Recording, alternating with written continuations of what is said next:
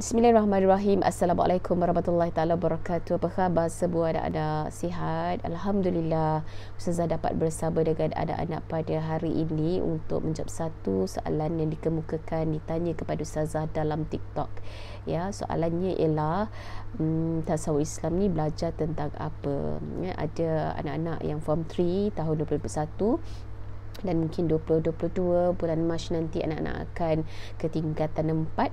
So anak-anak mungkin keliru dengan mata pelajaran elektif yang ditawarkan kepada anak-anak, dan antaranya ialah mata pelajaran tasawuf Islam. Jangan bimbang, mata pelajaran tasawuf Islam adalah mata pelajaran yang senang je untuk skor, insya-Allah. Yang penting anak-anak ada kesungguhan. Ianya adalah kesinambungan daripada mata pelajaran pendidikan Islam. Mungkin anak-anak belajar secara khusus, detail berkenaan dengan amali, ataupun macam mana nak solat, macam mana nak menunaikan haji contohnya dalam pendidikan Islam. Tetapi dalam tasawuf Islam, anak-anak hanya belajar tentang bagaimana Islam itu sebenarnya, gambaran tentang Islam, keistimewaan yang ada pada Islam. So itu yang akan kita belajar dalam tasawuf Islam. Mungkin sebelum ini berlaku salah faham tentang Islam, ramai yang bersangka buruk dengan Islam. So bila kita ambil mata pelajaran tasawuf Islam, InsyaAllah Ustazah kira anak-anak lebih jelas lagi tentang agama Islam. Mungkin anak-anak bukan Islam akan lebih tahu tentang agama Islam itu sendiri, ataupun anak-anak Islam yang beragama Islam akan lebih jelas tentang agama anak-anak sendiri. Jadi tidak rugi untuk mengambil dan mendalami ilmu yang terkandung dalam tasawuf Islam.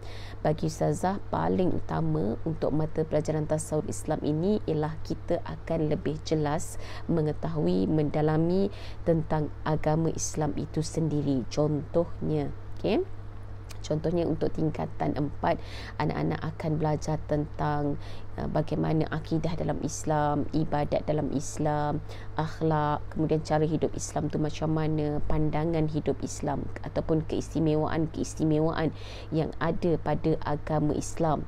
Kemudian kita belajar juga tentang bagaimana peranan kita sebagai hamba dan khalifah Allah, apa tugas kita sebenarnya, dan kemudian bagaimana kejadian manusia, konsep insan, peranan wahyu dan akal, apa peranan wahyu dan apa peranan akal, bagaimana kesinambungan di antara ataupun perkaitan di antara wahyu dan akal.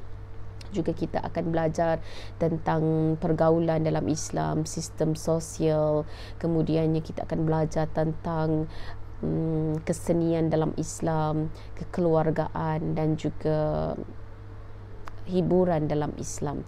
So itu antara tajuk-tajuk, lebih kurang 13 tajuk untuk tingkatan 4, yang mana tajuk-tajuk ini jika kita perhatikan adalah perkara-perkara yang kita nampak macam biasa, tetapi sebenarnya perkara-perkara yang kita anggap biasa itu sebenarnya semuanya disentuh ataupun ada dalam agama kita. So apa pandangan agama tentang perkara-perkara tersebut.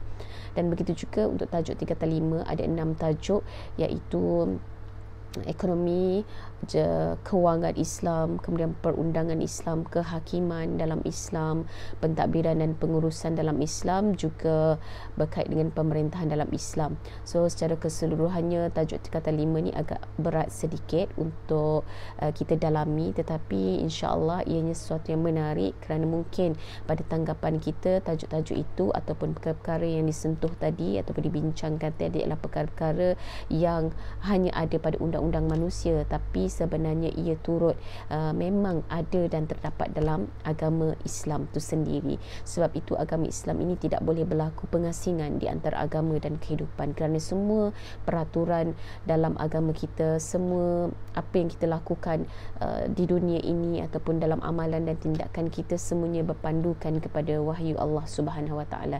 Jadi semuanya adalah mengikut peraturan yang telah digariskan oleh agama dan syariat.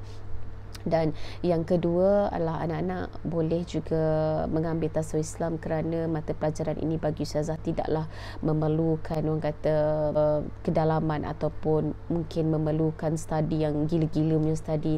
tak perlulah sangat. Dia sekadar membaca, menguasai apa yang terkandung dalam buku teks.